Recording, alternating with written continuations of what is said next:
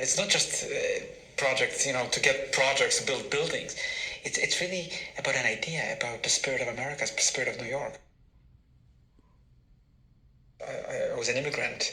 I must have been one of the last immigrants to America to arrive by ship, because later on people came by planes.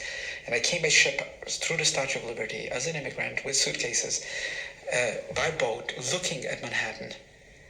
And when this happened, I was compelled to go back. After walking into that site, walking around that site, like millions of us did around New York, listening to the voices, the inaudible voices, listening, seeing the power of that site. And what was there was the drama of the foundations which survived the cataclysmic attack and continue to support that bathtub which prevents the Hudson River from flooding New York. Those foundations were a miraculous piece of engineering, even more than the towers in some way, because they withstood and they held up everything that is there. The resilience of democracy actually is visible on that side, just as much as the tragedy of the footprints going all the way down to that depth, where you still have life of the city, the reconnection of the PATH trains.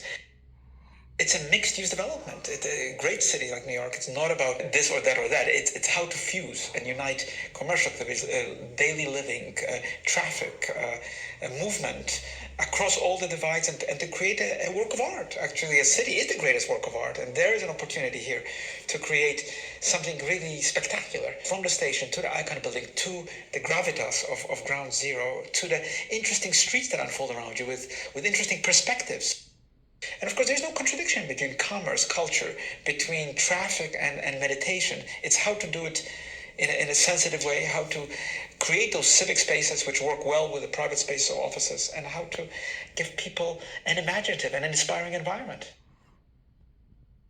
The sun movement between 8:26 and 10:24 a.m., exactly when the first tragedy started and the last tower collapsed, on that day, September 11th, forever there will be light along the buildings, will be shaped so there is light along the plaza. It's fully illuminated. I call it the wedge of light. And then of course at the heart, the museum, the cultural activities, protecting, framing the site, and then around it the station, the great station, the great iconic building, the Gardens of the World, which towers 1,776 feet exactly. We developed an office building which at the same time at its higher points is Architecture Gardens. And why gardens? Because gardens are an affirmation of life. That circle of buildings that stands within that site is connected east-west through the wedge of light. So it's really an east-west, large east-west connection. And that connection really comes to this new entity, which is now connected north-south with Greenwich, framed also by the station and north-south park along Church Street. And everybody wanted to work on it.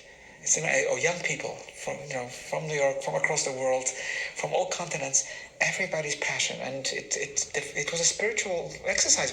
Such a privilege to be part of this competition, just to be able to think about a moment of time, a moment of history, a moment of connecting the past to the future. All the strategy has been here that this project has to be derived organically from the time, from the history of that moment. And it's a kind of exemplary new architecture also, because it's not just about the memorial, but how New York is open to new architecture, to the contemporary. We cannot just rebuild things, we have to be inventive. And so the assertion of the skyline, which is the spirit of New York, is the spirit of America. It's not just about height, it's what it really means to the sky, to reassert freedom, to reassert the open space, to reassert vitality in the face of tragedy.